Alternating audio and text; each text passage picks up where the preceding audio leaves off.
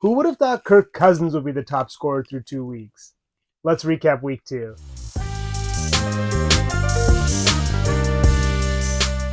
Let's talk about some injuries around the league. First up, Saquon Barkley. Barkley went down with an ankle injury today against the Cardinals, and it looked pretty bad.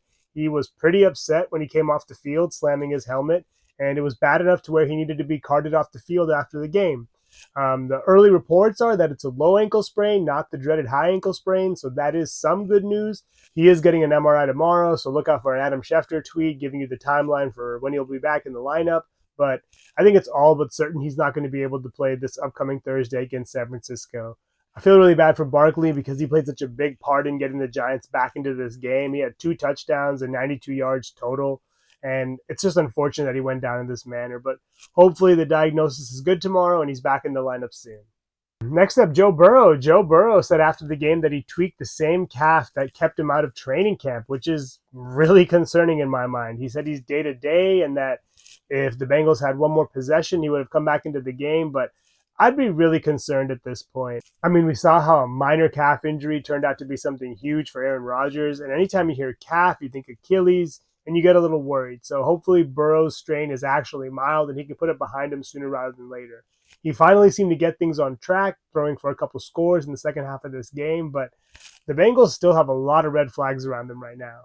Another big name to go down was Devontae Adams. Adams left the game in the fourth quarter to be evaluated for a concussion, but he had 6 catches for 84 yards and a touchdown, and hopefully he's okay. And if he wants to have a chance to suit up next week, he's going to have to get through the protocol. Right now, the Raiders have a couple of big names in the protocol, Jacoby Myers and now Adams, so hopefully they both get better soon and are able to get back on the field.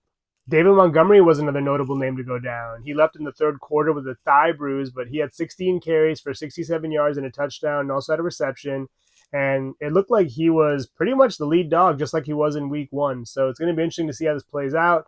They haven't really said too much about the severity of it just yet, but I would imagine that Jahmyr Gibbs will be relied on a lot more heavily, regardless of whether or not Montgomery is able to go next week. On Sunday Night Football, Jalen Waddle took a pretty gruesome hit to the head, and he left the game with his helmet off to be evaluated for a concussion. It happened really late in the fourth quarter, so it's kind of tough to tell the severity of it. I'm sure there'll be more news tomorrow, but at this point, I would imagine he's probably going to be in the protocol just based on how the hit looked. Logan Thomas of the Commanders also took a nasty hit to the head in the end zone while catching a touchdown, and I feel really bad for him. This play was pretty gruesome. Kareem Jackson knocked him out of the game, and this is 2 weeks in a row that Kareem Jackson has caused a pretty severe concussion. He's the one that hit Jacoby Myers last week, and this week it was Logan Thomas. He had a pretty hefty fine last week, and this week got kicked out of the game. So I wouldn't be surprised if a suspension's on the way for Jackson. Hopefully Thomas is okay. Now some lesser serious injuries. Odell Beckham tweaked an ankle and missed the second half of the game. John Harbaugh downplayed it, saying it wasn't serious, but I'm a little skeptical of this. John Harbaugh also said Mark Andrews' quad injury wasn't serious, and he didn't play week 1. So I would like to see the injury report before making a final determination on his status for week 3. But he was doing okay before he went down. He only had 3 receptions for 29 yards, and he really hasn't been a huge part of the offense just yet. I know he drew a couple of big pass interferences last game in week 1, but at this point, it seems like Zay Flowers is pretty much the number 1 receiver in this offense. Brandon Ayuk also suffered a shoulder injury early in the game, but played through it. He was definitely a bit limited throughout the game, so it's going to be interesting to see how things play out, given that it's a short week for the 49ers and they play on Thursday, but I would imagine Ayuk's going to do everything he can to be out there. Darnell Mooney of the Bears suffered a knee injury and missed the remainder of the game. They're saying it's not severe and that he should actually miss no time at all, but of course, it'll be interesting to see if he has an injury designation on the first day of practice next week. And then the last couple folks, first Garrett Wilson. Garrett Wilson got the wind knocked out of him and had to leave the game early to be checked on. It was kind of undisclosed in terms of what happened to him, but then after the game, Robert Saleh came out and said it was just that, and he should be just fine. And then lastly, Travis Etienne. Travis Etienne was dealing with some cramps in the fourth quarter. He was really dominating the backfield before that. I think Tank Bigsby only had 1 target, and Etienne only ceded 1 carry to Dearness Johnson. So I'm not sure what's going on in Jacksonville in terms of the backfield split, but it looked like it was Etienne's backfield to lose this week. Now let's talk about some rookies. First up, Puka Nacua. I don't think anybody saw this guy coming. He had 15 receptions on 20 targets today. The 15 receptions are the most receptions by a rookie in any single game in NFL history. He also has 25 receptions through his first 2 games, which is also an NFL record. It feels like the arrow is pointing straight up. And I can only imagine how much better he's going to get once Cooper Kupp comes back and takes away some of the defensive attention that he's getting right now. He came into the game with an oblique injury, so there were some question marks around him, but I don't think his status was really ever in doubt.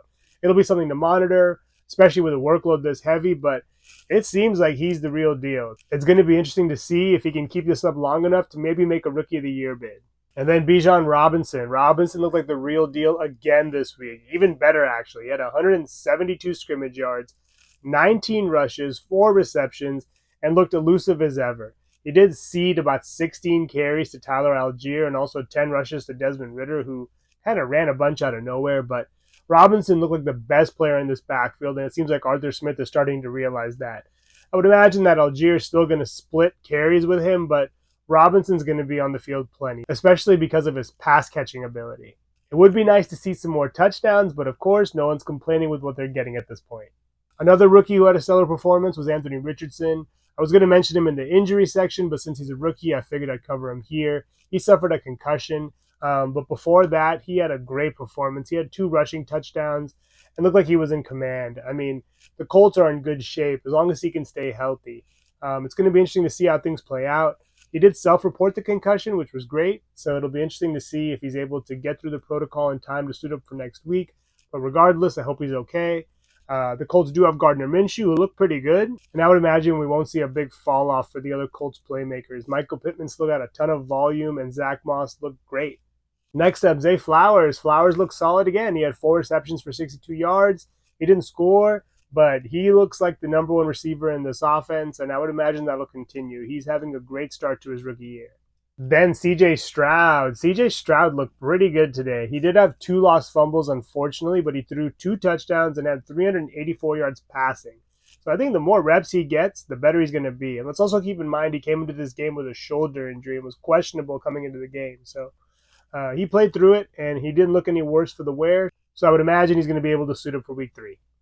Lastly, Marvin Mims Jr. He looked great, even with low volume. He had 2 receptions for 113 yards, 2 rushes for 10 yards, even had 45 yards in the return game, and he scored a touchdown receiving. So it looks like he's kind of a gadget player. They're going to use him all over the field, and with how thin Denver is at receiver right now, I would imagine his role's only going to grow. Judy's just coming back from injury. Cortland Sutton didn't do anything to secure his role, and they're looking for playmakers. Tough loss today, but I would imagine Mims is going to be a bigger part of the game plan moving forward. If he's available in your leagues, I would definitely pick him up. Let's talk about some peak performers. First, Jordan Love. 2 weeks in a row, 3 touchdowns each week. He looks great.